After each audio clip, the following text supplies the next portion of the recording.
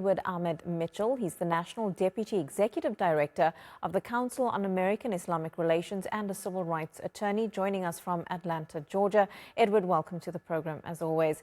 Now, after the attack at that bus stop on Monday, what kind of intensified action do you expect to see from the Israeli government, considering we're seeing even more violence in Gaza at the same time?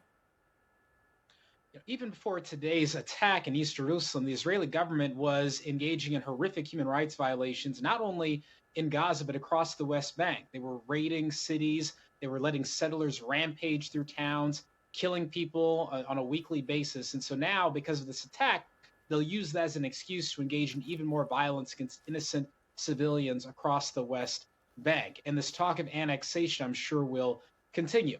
But let's be honest, Benjamin Netanyahu doesn't need an excuse to commit war crimes. He's been doing it now for years and getting away with it because the world is letting him get away with it. And more innocent people, Palestinian and Israeli and others, are paying for his intransigence with their lives. All this violence should come to an end, but he will not let it end because it's not in the favor of his political future. He wants the genocide to continue. He wants violence to keep erupting so he can hold on to power. And that's what's so horrible about all of this.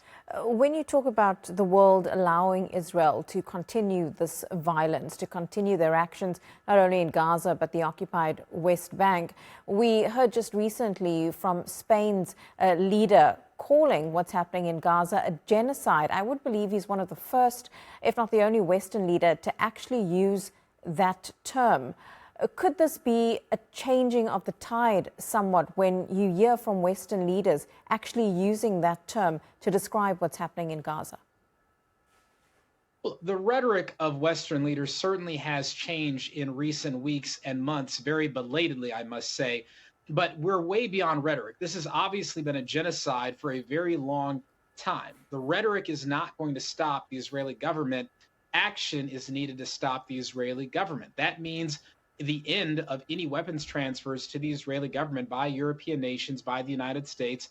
That means imposing sanctions on Israeli leaders. That means supporting the ICC and the ICJ in their investigations of this genocide. Only action at this point, I believe, will stop the Israeli government.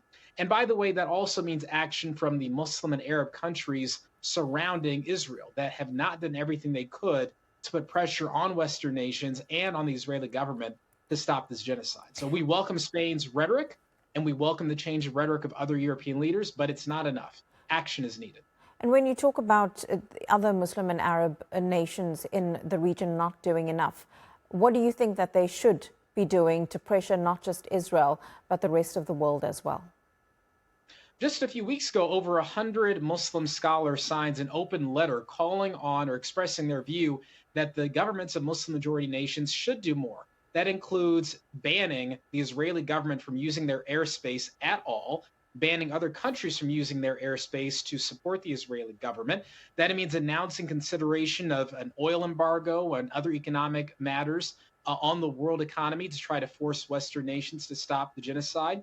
That means severing all ties with Israel, including the so-called Abraham Accords, which still have not been severed by several Arab nations. And it means allowing humanitarian groups to access Gaza. You've seen that it's been Arab governments that blocked massive humanitarian convoys from getting to that border between Gaza and between Egypt and Gaza. You've seen that it is some Arab countries that have not allowed these massive flotillas to easily get to the Gaza coast. So the surrounding Arab and Muslim countries have a lot of leverage they could use. No one's asked them to go to war, but there are many things short of that they could be doing that they are not doing. Why do you think they're not doing it? Because it certainly can't be because of pressure from within their own countries. Most people in Arab or Muslim countries are fully in support of Palestinians. They want their governments to do more. So why aren't they?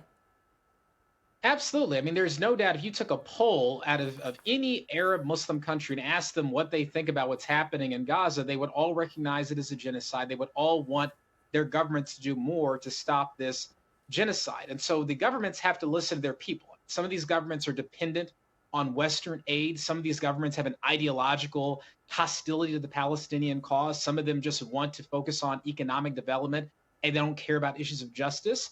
But I think many of these leaders do recognize that what their people want is a more forthright stance on Palestine. And I think they're worried about pressure from their people. And so it's very important for these governments to recognize that the Israeli government, the United States government, do not respect them, do not like them. They only use them. And it's important for these leaders to recognize that they have to do what their people want them to do. And that's the right thing. And so they should be using every diplomatic and economic tool in their toolbox to try to stop this genocide. Their people will appreciate it. The world will appreciate it, and history will appreciate it. And for those of us who are Muslim, we say that God will appreciate that action as well. You've got to be a little courageous and not worry about losing foreign aid. Edward Ahmed Mitchell, really good to get your views from the Council on American-Islamic Relations. Thank you so much.